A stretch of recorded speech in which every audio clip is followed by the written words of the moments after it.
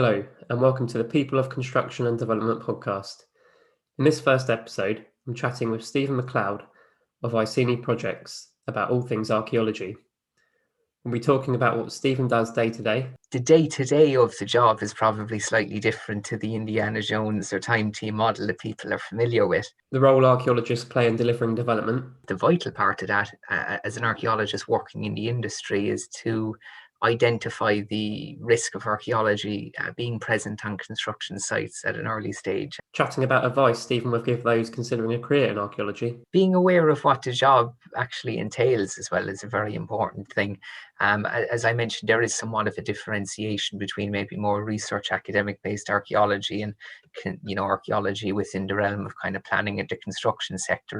What the future might hold for archaeology and development. I think digital technology in advancing kind of how we actually carry out the excavations themselves is very, very important. And discussing his passion for running. I've been kind of doing quite a lot of running just as mindfulness as well, because it's very important to switch off. I hope you enjoy the episode and thank you for listening.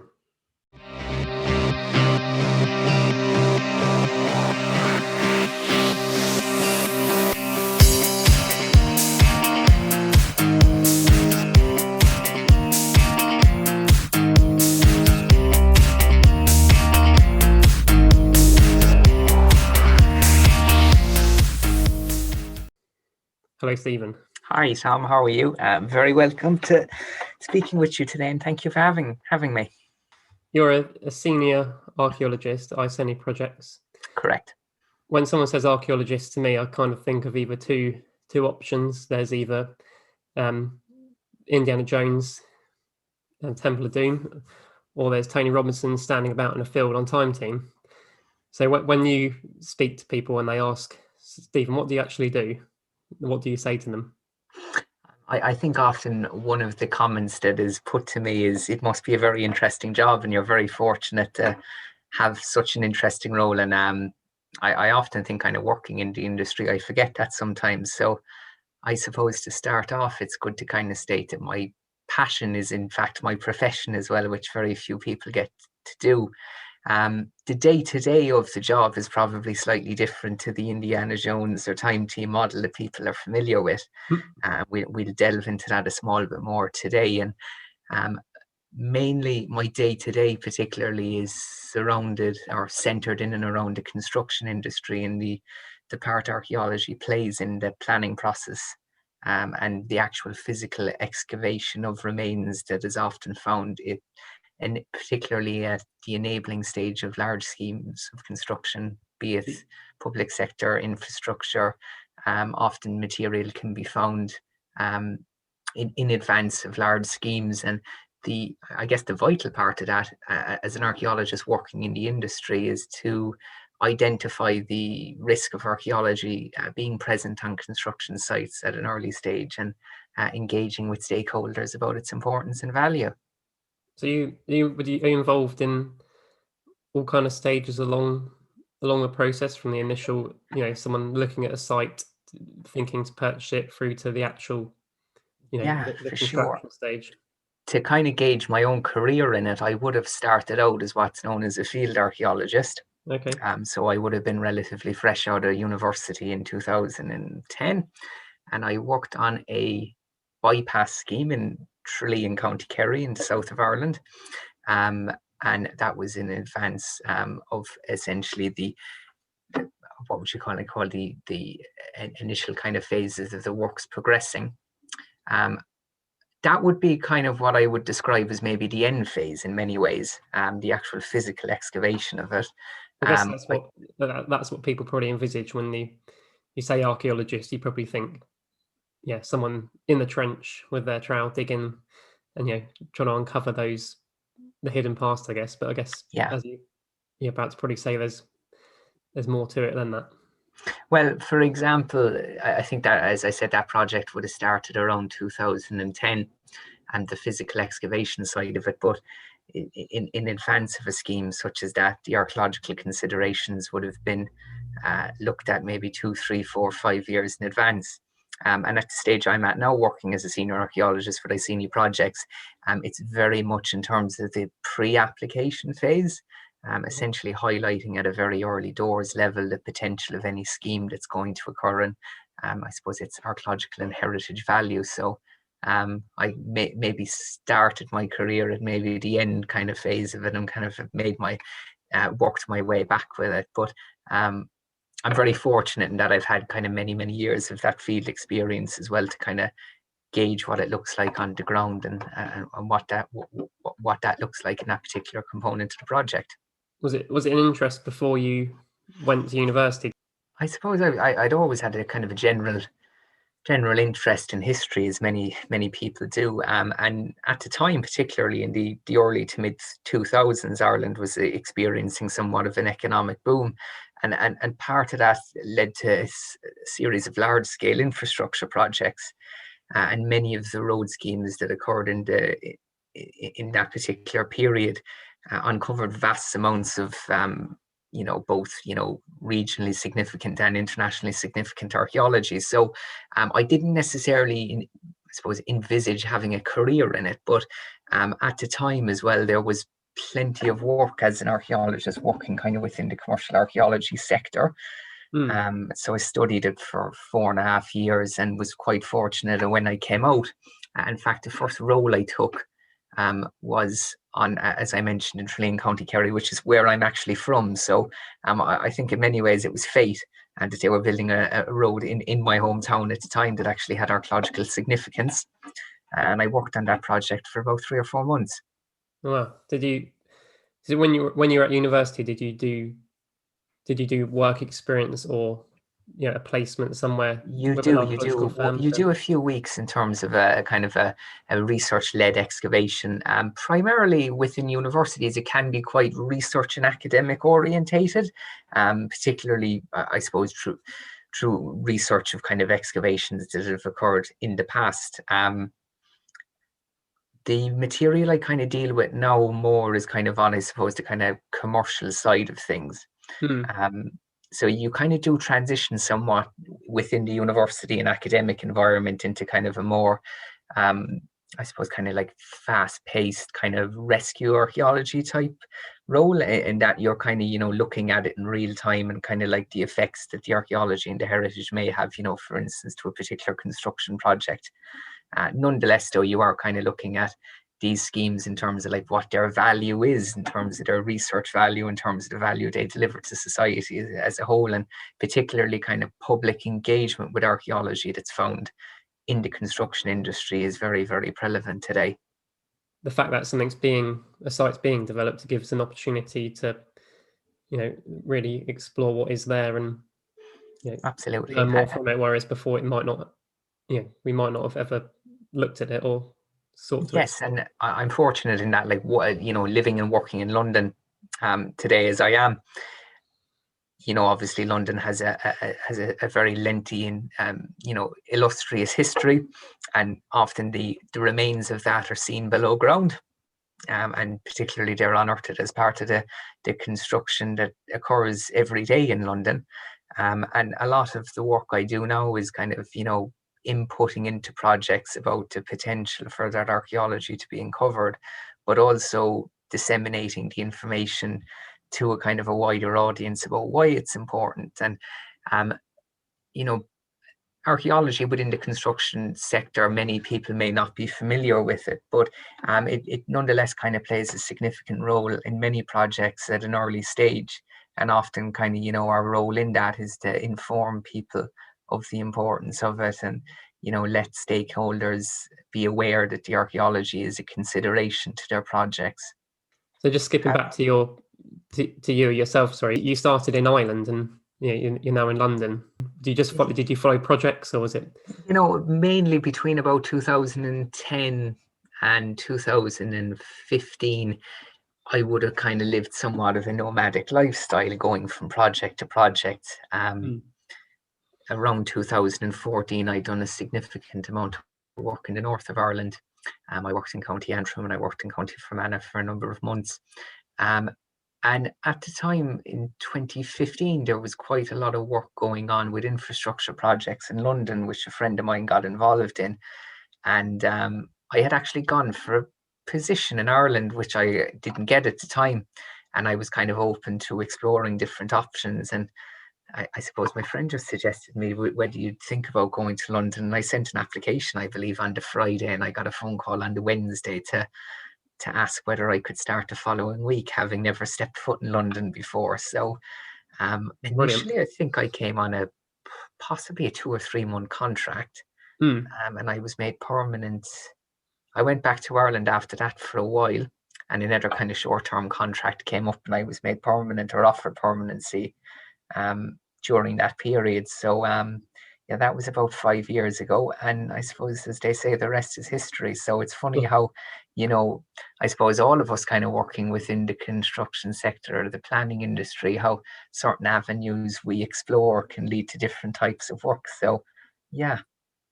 If you were giving some advice to someone that was maybe in your position at university and they were, thinking about a career in archaeology, what would be your top tip to give them in order to pursue a career? Even archaeology aside, I think we'd all agree that kind of like conducting a fact-finding exercise in terms of the disciplines you want to get into, finding kind of point of contacts, reaching out to organizations, being aware of what the job actually entails as well is a very important thing.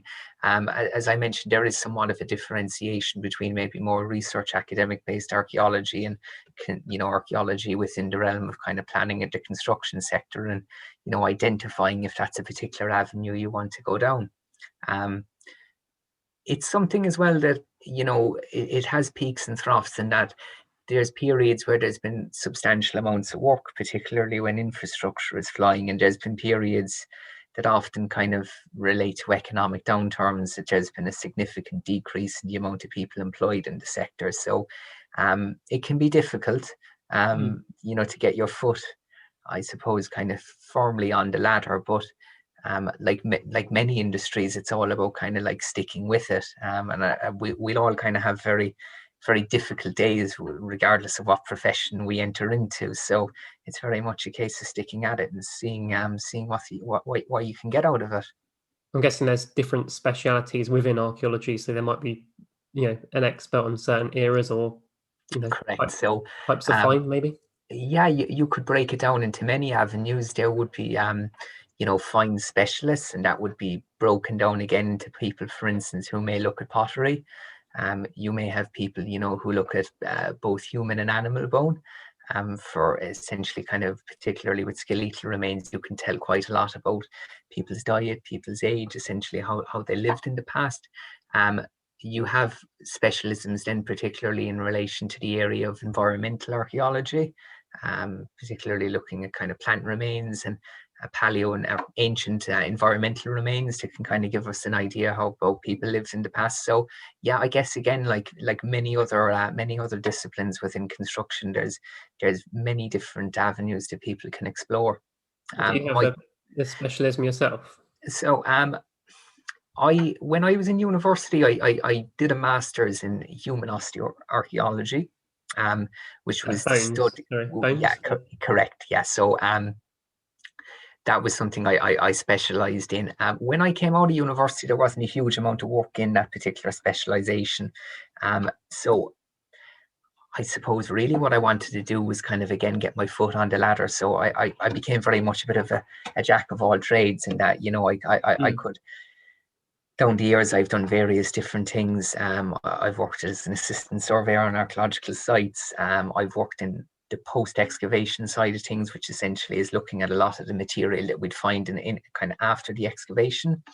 I've looked at assessments, cataloguing, archiving. I suppose the bread and butter for many years would have been the actual physical field excavation work itself. And in recent years, I particularly kind of carved out somewhat of a niche in doing a lot of community archaeology, which is disseminating that information from the sites and getting it out there into the wider public realm. Maybe you could tell me a bit more about that. And yeah, so I suppose day to day we often kind of pass construction sites, and they're off limits, obviously, for health and safety reasons and everything else. But often behind the hoarding of construction sites, you can have, as I mentioned, large scale archaeological excavations. And particularly as part of the planning process in recent years, there's been a lot of discussion about delivering value within your archaeological planning conditions, and often now material that's been unearthed that's of both local, regional, national, international significance. There would be planning conditions stipulating the output of that material into the public realm, and it ties in quite nicely with many facets of the planning legislation about like delivering value, exploring ideas about the historic environment, and essentially kind of giving people a bit somewhat of an ownership about place and legacy, about places that they lived and how people lived in the past. So again, it's one of those components within the wider construction industry that often kind of trickles down into society and kind of has a real kind of positive impact. Yeah. What sort of things would that involve? Is that kind of websites, or is it you publishing like a book or a? One thing I did for a long time was, as former colleagues of mine, we often used to go into schools and do archaeology talks and presentations. We often used to particularly do archaeology worksheets and in interactive displays where we'd kind of bring in archaeological dig boxes that could kind of be used with children to kind of give them a bit more of an understanding about how it works in terms of things buried in the ground. So I did that for several years and visited many schools in various different parts of the UK and Ireland. And it was a very fulfilling role, actually, because often we kind of, in our jobs, often we cannot become frustrated and ask ourselves, what's it all about in terms of, are we getting fulfillment of it? And that was something I often used to do. And it really kind of, centered yourself, and that it kind of gave you somewhat of a purpose, and that it said, what you're doing, people enjoy. It brings, it brings a positivity to them. So yeah, that was a very worthwhile experience. And I'm building on that, particularly at Iceni Projects as well, and trying to kind of, get that information about what we're doing out into the public more as well, and asking questions of ourselves about, like, why is this material that we're discovering relevant, and how can we bring it to a a diverse audience. I think, as you're saying, it is quite easy to get lost in the day to day and sort of forget why you're doing it or why you got into it. I think the bits about going into schools is quite interesting because, I think when I chose to do planning, I don't think I really realised it existed until probably towards the end of university. And I imagine there is endless other careers and sectors and industries that people don't really know about until later into their life. I think what that's they've learned at university. particularly important for the construction industry, in that, planting the seed of working in various different avenues of the construction sector at an early age for people, making people aware that, you can do this job and this is where it can lead to, is very, very important. I think you're going to tell me a bit about some projects you've been involved in and some of the archaeology involved. To kind of give you an example of some of the projects that I've worked on previously, maybe to start off with, I would have worked on various different road infrastructure schemes, and often how that works, for instance, that you would have a kind of a stripping exercise of kind of both topsoil and subsoil materials. Was that for the whole length of the road? It can be done. It can be delivered in various different parcels. There's different ways it can be done, but often that's kind of at a pre-excavation stage where you go around and identify material physically. There may have been avenues explored prior to that, for instance, like geophysical investigation, where essentially they look at it in a non-invasive way. And in fact, an earlier stage again would be what I do a lot of now, is the desk-based assessment and early planning stage of it. But particularly in the excavation phases in my early career on road schemes is where I kind of, whet my appetite somewhat in terms of like the actual material you can find. Often with road schemes, you end up with like multi-phase archaeology. You could have everything from prehistoric material right up to 19th and 20th century building remains. And so particularly like a lot of the road schemes I worked on in Ireland had very kind of significant prehistoric material on them. So I kind of worked on various different schemes like that. Every now and again, you would have sites come up that were of, extreme kind of, national and international significance. I was very fortunate in 2013. I worked on a site in the north of Ireland in County Fermanagh, which unearthed an early medieval lakeland settlement, which some years later has been kind of identified as kind of, one of the most important kind of, lakeland settlements in Western Europe, in terms of the material that came off it. That was a particularly fascinating site because a lot of the material there was waterlogged. So you had excellent preservation. Often when you work particularly in and around rivers and lakes, you may have excellent preservation of material. It's to do with the environmental conditions. So these were amazing experiences, and often, I guess, kind of when I was living somewhat of a nomadic lifestyle and kind of going from job to job, it was excellent to work on projects like that, to remind myself of kind of what the value of it was. The road scheme, sorry. That was another road scheme, yeah. So as you can kind of see, that there is a link between a lot of infrastructure and construction in relation to kind of like the actual physical unearthing of the archaeological material. I guess that sort of scheme passes through such a wide or long area, because it's not one dwelling, say, on a plot. It's a road passes through quite a lot of fields and places that probably people have settled on before.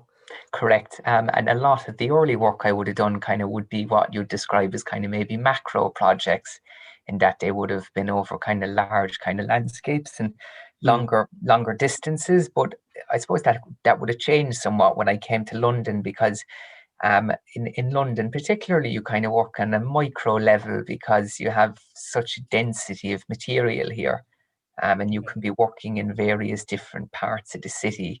For instance, I could have worked on an excavation in 2015 that a component of it, or an adjacent site, may have been dug in the 1970s. And you're there's kind of continuous knowledge creation with that, but it can be more kind of on a kind of a micro perspective, because often, you're not just covering as much ground, but nonetheless, you're kind of getting an interesting picture, particularly about kind of how people lived in particular parts of London at various different periods in history.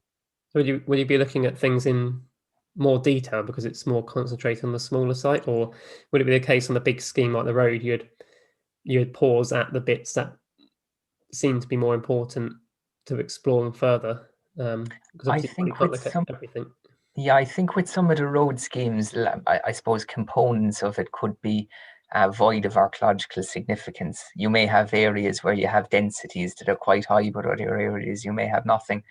I suppose the difference with a lot of the material in an urban context is that you can have what we describe as kind of multi-phase or multi-period archaeology sitting on top of itself. Because people live there for so long. Correct. So like I've done jobs, for instance, in and around Cannon Street and Fenchurch Street, and I suppose the urban core of the city of London, where you would have, you'd have evidence of kind of Roman material, and sitting above that, then you may have material dating to the 9th, 10th, 11th century. You may have material then, dating from the 17th, 18th, 19th century sitting on top of that. So you're kind of seeing how areas are progressing over a significant period of time. How easy is it to tell which sort of era you're in when you're sort of going through? It's a good question. We do a lot kind of in terms of interpretation of the physical remains, not just finds, because I suppose an easy indicator often can be the actual physical remains of the, be it pottery or be it of building material, but we would kind of have a general understanding of what we call kind of stratigraphy, and essentially that's the various different layers in the ground, and we can kind of get an understanding of when they were built up and what particular periods of time they were built up in. On a site like one of those sites in London where there is potentially so much history, how far in advance of the development, i.e. the construction of the new building, say, would you be on site, and does your time on site vary depending on what you find? In relation to maybe, let's say, a very large infrastructure project in the city, if you said to me that it was to be, the groundworks were to commence in 2025, for instance. Mm. It's not implausible to say, like, there's archaeological considerations to that occurring in 2021, for instance. Oh, wow. Yeah. That's probably to do with maybe larger schemes, but I suppose from initial inception of a site, I can't really stress the importance of getting involved at an early stage, particularly at your pre-application phase, your appraisal phase, for a site to kind of talk about the considerations, maybe about the historic environment, about archaeology and built heritage, because they're components, particularly if you engage with it at an early stage. It's not necessarily going to cause you an issue, but like any facet of a planning application, if it's not dealt with early and kind of subsequently there's a problem with it, it can cause delays, both time-wise and budget-wise, to a development. Yeah, sure. I guess, yeah, if you know in advance, at least you can factor it into your development program as. Like for anyone that's working in their own particular discipline within the planning system as well, it's important to kind of, demonstrate the value of it to a project. Mm. And part of my role now as well is kind of having discussions like this, and making people aware of the considerations of it on projects.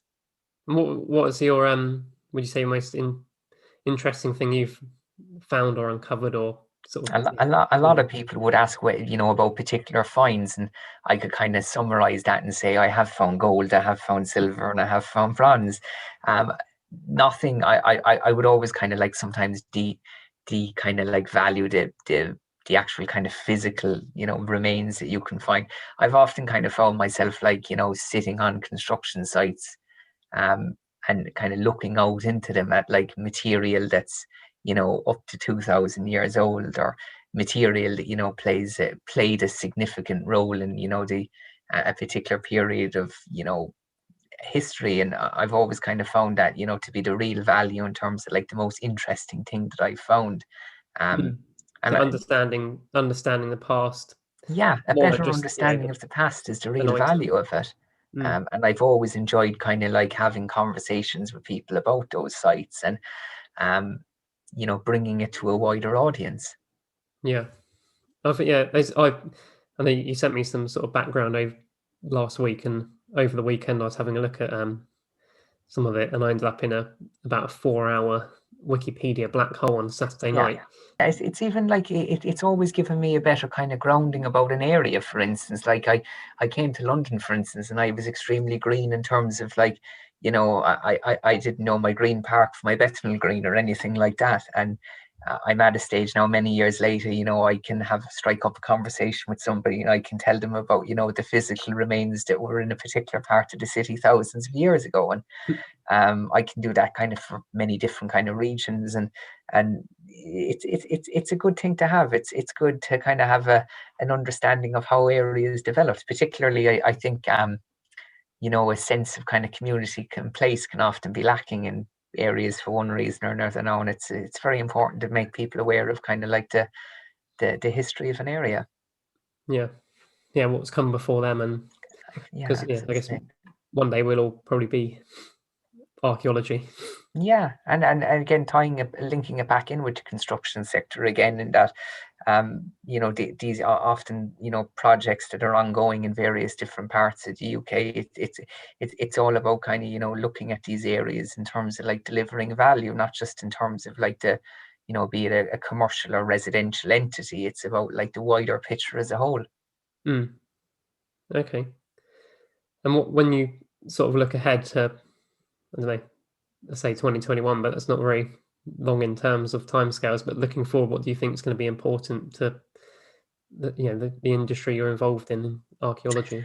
I think particularly public engagement as part of the planning process, and again disseminating information that's uncovered from archaeological excavations is becoming increasingly important, and rightly so too, because I think we can often kind of maybe be guilty of not getting that information outside of the discipline itself.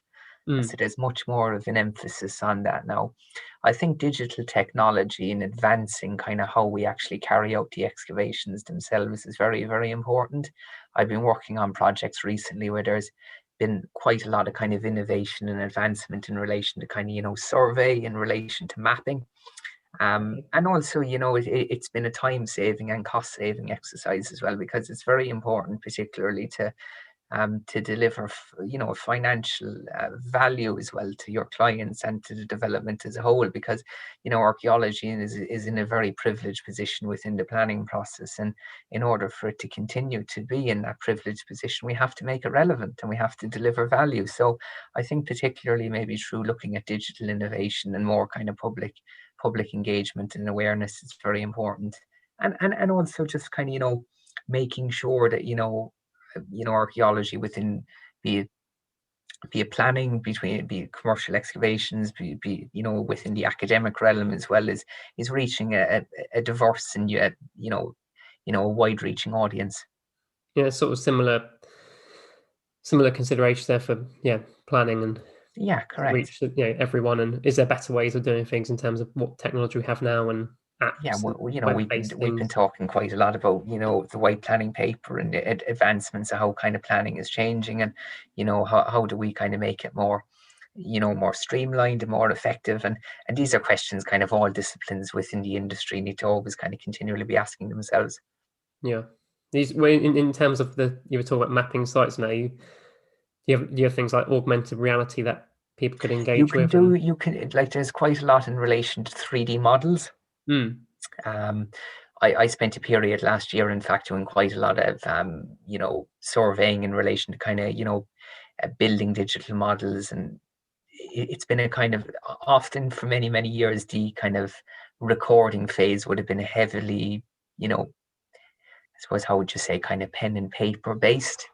Like many disciplines, and it's just kind of moving on now from that somewhat, to make it kind of more faster and efficient, and also as well, particularly in relation to archiving of material as well, when moving away from kind of large physical archives, to something that's a bit more digitally savvy, and something also that people can access, rather than it kind of sitting on a in a drawer somewhere that nobody's going to see it for many years. I guess it's a lot easier probably to share as well with the public, but also I guess other people involved.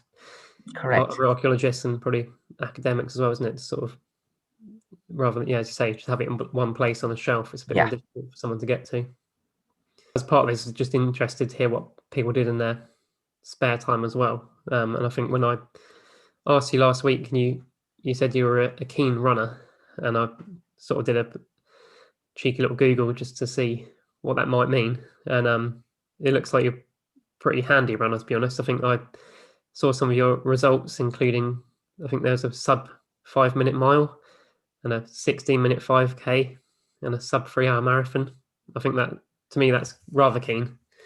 They're pretty good, but as I often say, when you're conducting yourself in any kind of sporting realm, there'll always be people that are faster or better, that are stronger for you. But I think particularly it's been important in 2020, and as we go into 2021 also, I've been kind of doing quite a lot of running just as mindfulness as well, because it's very important to switch off. I think a lot of us, as the pandemic has, played such a kind of a pivotal role in our day to day, over such a long period, and we've been kind of left with a lot of voids, and asking ourselves kind of in terms of what gives us somewhat of a, how do we decompress, and how do we kind of find a bit of inner peace. And definitely I'd be very much an advocate for running as mindfulness, and also like again kind of, often people when they move to a certain area, it's all about kind of, building relationships and getting to know people. And I was fortunate, I moved to Putney in southwest London, and I joined Fulham Running Club, and I was very fortunate to kind of meet a lot of good friends there that I still have. And I often kind of say just kind of getting quite good at the running was somewhat of a bonus.